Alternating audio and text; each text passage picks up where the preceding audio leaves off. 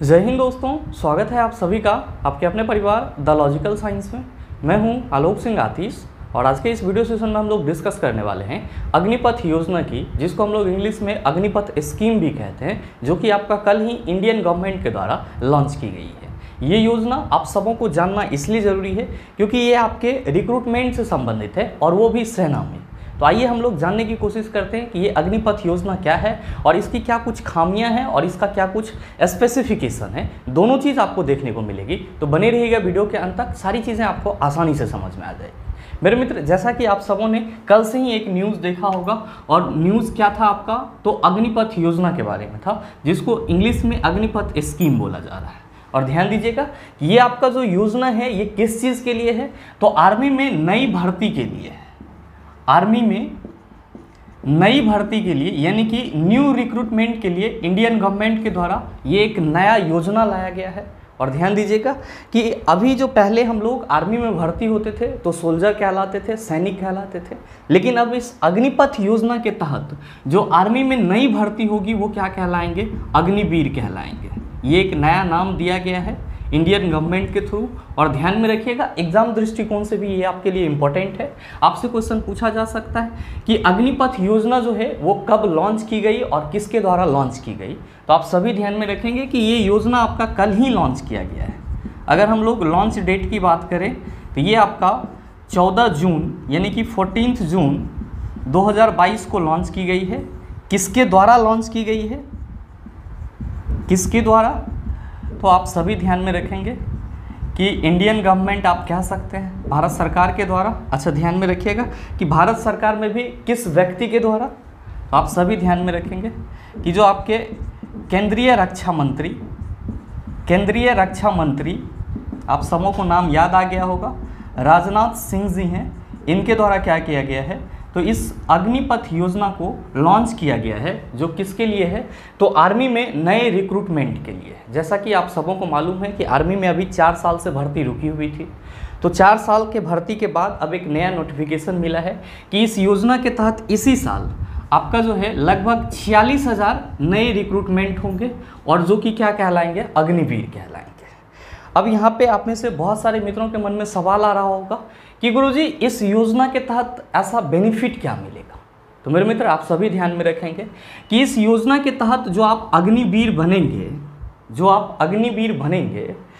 उसकी जो अवधि होगी, यानी कि आप कह सकते हो कि इस योजना के तहत जो आपका टोटल जॉब होगा वो कितने दिन का होगा, 4 साल का होगा।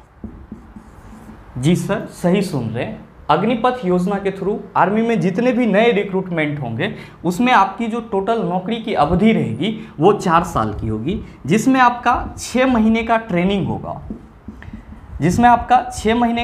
होगा, और बाकी का जो 3.5 साल बचा है वो आपका क्या होगा, तो सर्विस होगा। और साथ ही ध्यान में रखिएगा कि इस योजना के तहत जो आपको रिक्रूटमेंट मिलेगी अग्निवीर के रूप में, उसमें आपकी जो सैलरी होगी वो भी लगभग में आपका स्टार्टिंग जो है वो 30,000 के आसपास से हो जाएगा, 30,000 के आसपास से हो जाएगा, ठीक है। और इस 30,000 का 70% आपको मिलेगा, और बाकी का जो 30% है वो सेवा निधि में चला जाएगा। अब बहुत सारे मित्र कहेंगे कि गुरुजी ये सेवा निधि क्या है, तो मेरे मित्र, आप सबों को मालूम है कि पहले, अब तो नहीं, पहले जॉब के बाद रिटायरमेंट भी मिलती थी, और रिटायरमेंट में एक अच्छा खासा रकम मिलता था। लेकिन अब कुछ दिन से सरकार ने इस स्कीम को ख़त्म कर दिया था, अब पेंशन वगैरह वाली बात नहीं थी। तो आपका जो ये अग्निपथ योजना के थ्रू अग्निवीर के रूप में रिक्रूटमेंट होगा आर्मी में, उसमें क्या होगा कि ये 4 साल का आपका जॉब होगा, जिसमें 6 महीने की ट्रेनिंग होगी और 3.5 साल आपका सर्विस का होगा। इसमें आपको जो सैलरी मिलेंगे उस सैलरी से 30% जो है उसका डिडक्शन हो जाएगा, और वो चला जाएगा सेवा निधि कोष में। और 4 साल के दरमियान जितना भी आपका सैलरी है, चाहे वो इंक्रीमेंट होकर के हो या ऐसे जो भी आपका नॉर्मल है, उसका 30% कटने के बाद जो आपका सेवा निधि कोष में पैसा जमा होगा, ये लगभग में आपका 5.2 लाख के समथिंग आता है, जो आपका डिडक्ट होगा आपके सैलरी से 4 साल में। और इतना ही पैसा आपको गवर्नमेंट देगी, यानी कि ये टोटल हो जाएगा आपका 10.4 लाख के अराउंड। और इस पे जो भी ब्याज वगैरह आएंगे वो सारा जोड़ जाड़ करके 4 साल के बाद आपको टोटल 11.71 लाख रुपीज़ मिलेगा। वो आपका सेवानिधि कोष का पैसा होगा जिस पे आपको कोई टैक्स वगैरह नहीं देना है, ये पूरी तरह से टैक्स फ्री होगा। ये आपको इसलिए दिया जाएगा क्योंकि आपने आर्मी में 4 साल का क्या करा है, तो अपना समय दिया है, अपना सेवा दिया है, इसलिए आपको ये सेवानिधि के तौर पे इतना 4 साल के बाद मिलेगा। बाकी क्या आपका हर महीने जो सैलरी होती है वो आपका अलग होगा। हर महीने सैलरी में 70% आपके हाथ में आएगा और 30% जो है वो आपका सेवानिधि कोष में जमा होगा। जितना आपका पैसा जमा होगा उतना ही पैसा आपको गवर्नमेंट देगी और सारा जोड़ जाड़ करके आपको 4 साल के बाद जब आपकी जॉब खत्म हो जाएगी आपको सेवानिधि कोष के तहत 11.71 लाख रुपीज़ दिया जाएगा। और साथ ही जो 4 साल तक आपका सैलरी होगा मंथली वो अलग होगा। ध्यान में रखिएगा कि इसमें टोटल जो अभी नई भर्ती आपको देखने को मिलेंगे वो 46,000 है, जो कि आपका इसी साल होना है, 2022 में ही होना है। अब आप में से बहुत सारे मित्रों के मन में आ रहा होगा कि गुरुजी ये ठीक है, लेकिन ये बताओ कि इस भर्ती के लिए क्वालिफिकेशन क्या रहेगा, एज क्या रहेगा। तो मेरे मित्र, अगर हम लोग बात करें इस भर्ती के क्वालिफिकेशन की या आप कह सकते हो एज की, तो थोड़ा सा आप लोग यहाँ पे ध्यान देंगे, थोड़ा सा ध्यान देंगे कि इस भर्ती के लिए जो आपका एज रखा गया है वो एज है 17.5 से 21 ईयर, यानी कि 17.5 साल से लेकर के 21 साल तक के जो भी युवा है वो इस भर्ती के लिए क्या कर सकते हैं, एलिजिबल है और चाहें तो इसमें आ सकते हैं। ध्यान दीजिएगा कि इसमें जो आपको भर्ती होनी है, इसमें जो भर्ती होनी है वो आपका तीनों विंग के लिए है। इंडियन आर्मी के लिए भी है, इंडियन आर्मी के लिए भी है, साथ ही साथ इंडियन नेवी के लिए भी है और साथ ही आपका इंडियन एयरफोर्स के लिए भी है, इंडियन एयरफोर्स के लिए भी है। और ध्यान में रखिएगा, अगर बात किया जाए एजुकेशनल क्वालिफिकेशन की, अगर बात की जाए एजुकेशनल क्वालिफिकेशन की, तो जैसा कि आप सबों को मालूम है कि आर्मी में कई सारे पोस्ट होते हैं। एक होता है जीडी का, जिसको हम लोग जनरल ड्यूटी कहते हैं, फिर टेक्निकल का होता है, क्लर्क का होता है। तो जो जीडी के लिए आपका क्वालिफिकेशन होगा वो होगा 10th पास यानी कि 10वीं पास। और टेक्निकल और क्लर्क की हम बात करें, टेक्निकल या फिर हम लोग क्लर्क की बात करें तो जो क्वालिफिकेशन होगा वो होगा 12 यानी कि 10+2। अब आप में से बहुत सारे मित्रों के मन में 2-4 बातें आ रही होगी कि गुरुजी क्या ये स्कीम ठीक रहेगा। तो मेरे मित्र, मैं आप सबों को कहना चाहूँगा कि हर एक चीज़ का 2 पहलू होता है, उसकी कुछ खामियां होती है और उसका कुछ स्पेसिफिकेशन होता है। और अगर हम लोग बात करें इस योजना की सबसे बड़ी खामियां की, तो इसका जो जॉब पीरियड है वो 4 साल है, जो कि कहीं ना कहीं मुझे लगता है कि करियर के हिसाब से ये ठीक नहीं है। क्योंकि जब आप 17.5 से 21 के बीच में ज्वाइन होते हो और आपकी जॉब अवधि 4 साल की होती है, तो ये एक लंबा समय नहीं है। हाँ ठीक है, आपके अंदर कुछ डिसिप्लिन आ जाएंगे, आपके अंदर जीवन जीने के मायने बदल जाएंगे, लेकिन 4 साल के बाद क्या होगा इसको भी आपको सोचना होगा। तो कहीं ना कहीं करियर के हिसाब से ये परमानेंट सॉल्यूशन नहीं है।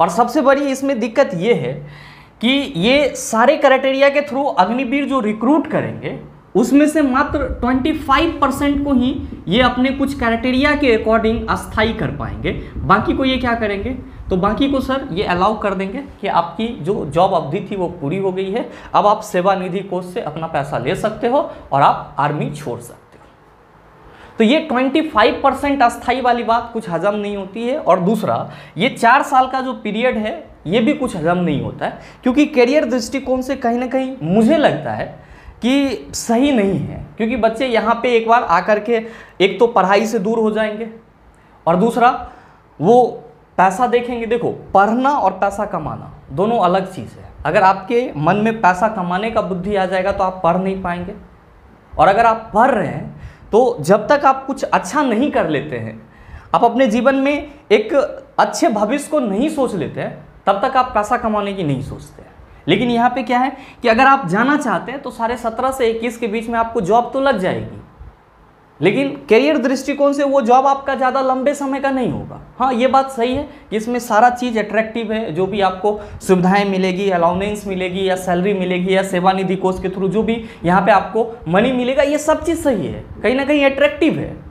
लेकिन थोड़ा सा करियर के हिसाब से अगर थोड़ा लंबा पीरियड रहता जॉब का तो ज़्यादा बेटर होता, इसमें ज़्यादा स्किल डेवलप होता। तो ये अगर हम खामियां की बात करें तो ये दो चीज़ हमको कहीं ना कहीं नज़र आती है। ऐसे आप लोग कमेंट करके बताइएगा कि इसकी क्या खामियां और हो सकती है। और अगर हम लोग बात करें इसके खूबी की तो सर इसकी खूबी भी है। बात करते हैं उस स्टूडेंट की जो अपने दम पे बहुत कुछ करना चाहते हैं, अपने लाइफ में परिवर्तन लाना चाहते हैं और उनको कहीं से कोई फाइनेंशियल सपोर्ट नहीं मिल रहा है और वो किसी से ऐसा कोई हेल्प लेना भी नहीं चाहते हैं। उनके लिए ये स्कीम बहुत ही बेस्ट है और बहुत ही कह सकते हो कि जीवन बदलने वाला स्कीम हो सकता है। आप सोचो उस बच्चे के बारे में जिसके अंदर ललक है आगे कुछ करने की, लेकिन ना तो उसके पास एक फाइनेंशियली सपोर्ट है, ना ही एक अच्छा बैकग्राउंड है और उसका एज 17.5 से 21 के बीच में है। तो वो इस स्थिति में क्या कर सकता है?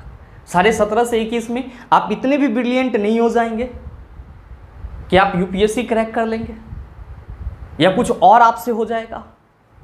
आप अगर अपने जीवन में परिवर्तन लाना चाहते हैं तो आपके लिए ये कहीं ना कहीं एक बेस्ट अपॉर्चुनिटी होगा कि आप अपने 10th के सर्टिफिकेट में अग्निवीर बन सकते हैं और अग्निवीर बनने के बाद आप अपने लाइफ में परिवर्तन ला सकते हैं। आप कहेंगे 4 साल में क्या परिवर्तन ले आएंगे? तो मेरे मित्र ध्यान में रखेंगे कि जनरली आर्मी जो है वो डिसिप्लिन के लिए जाने जाते हैं और कहीं ना कहीं मैं आर्मी के डिसिप्लिन से बहुत ज़्यादा प्रभावित होता हूँ। उसका जो डेली लाइफ का रूटीन होता है, किसी भी काम को करने का डेडिकेशन होता है, सोचने का तरीका होता है, वो हर चीज़ एक अलग होता है, डिफरेंट होता है और इसीलिए एक बहुत बड़ा खाई है सिविलियन और आर्मी के बीच में। ये बात हमेशा ध्यान में रखिएगा। तो अगर आप अपने जीवन में परिवर्तन करना चाहते हैं और अगर आपके साथ कुछ इस तरह की समस्याएं हैं, आपका बैकग्राउंड सही नहीं है, तो 4 साल आप बिना किसी के मदद के आप अपने पैर पे खड़ा हो सकते हैं। सबसे बड़ा तमगा आपके ऊपर देश सेवा का लगेगा और साथ ही साथ ये 4 साल में जो आपको 20 से 21 लाख का पैकेज दिया जा रहा है, अगर आप जोड़ जाड़ करके देखेंगे तो सर ये सौदा इतना भी ख़राब नहीं है जितना कि आप लोगों को लग रहा होगा कि गुरुजी 4 साल का ही जॉब है। 4 साल में आपको बहुत सारी चीज़ें अपने लाइफ में परिवर्तित देखने को मिलेगी और आप इतने मैच्योर हो जाएंगे वहाँ पे जाने के बाद कि 4 साल के बाद अगर आप थोड़ा भी पढ़ाई से लगाव रखते हैं और आपके अंदर आर्मी वाला डेडिकेशन आ गया तो सर 4 साल के बाद आप और कुछ कर सकते हैं। तो ये कहीं ना कहीं एक प्लस पॉइंट है उस युवाओं के लिए जो अपने दम पे आगे बढ़ना चाहते हैं। लेकिन एक और खामियां यहाँ पे मैं आपको गिनाना चाहूँगा कि अमूमन बच्चे 16 साल तक 10+2 कर लिए होते हैं और जस्ट ग्रेजुएशन में एडमिशन लेते हैं तो लगभग वो 19-20 आपका चला जाता है। ग्रेजुएशन होते होते बहुत सारे ऐसे यूनिवर्सिटी हैं जिनका सेशन लेट ही रहता है, तो 20 साल यानी कि यहाँ पे आपका एक ये दिक्कत हो सकता है कि +2 के बाद अगर आप इसमें जाने चाहते हैं तो आपका ग्रेजुएशन यहाँ पे बर्बाद हो सकता है। लेकिन अगर आप डिस्टेंस वगैरह से करना चाहते हैं तो वो भी पूरा हो सकता है। तो आप इस चीज़ का भी ख्याल रखें। तो कहीं ना कहीं जो आपका अग्निपथ योजना है मोटा तौर पे अगर देखा जाए तो वो आपका यही है पूरा का पूरा।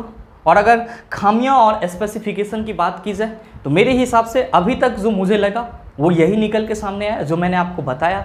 अगर आपके हिसाब से कुछ और खामियां नज़र आती है या कुछ और अच्छाई नज़र आती है तो आप कमेंट करके ज़रूर बताइएगा कि गवर्नमेंट का जो ये योजना है अग्निपथ योजना जिसमें आर्मी में नए अग्निवीर आएंगे उसके बारे में आपकी क्या राय है। बहरहाल मिलते हैं हम लोग फिर अपने अगले सेशन में। तब तक के लिए best of luck. Thank you. Have a nice day.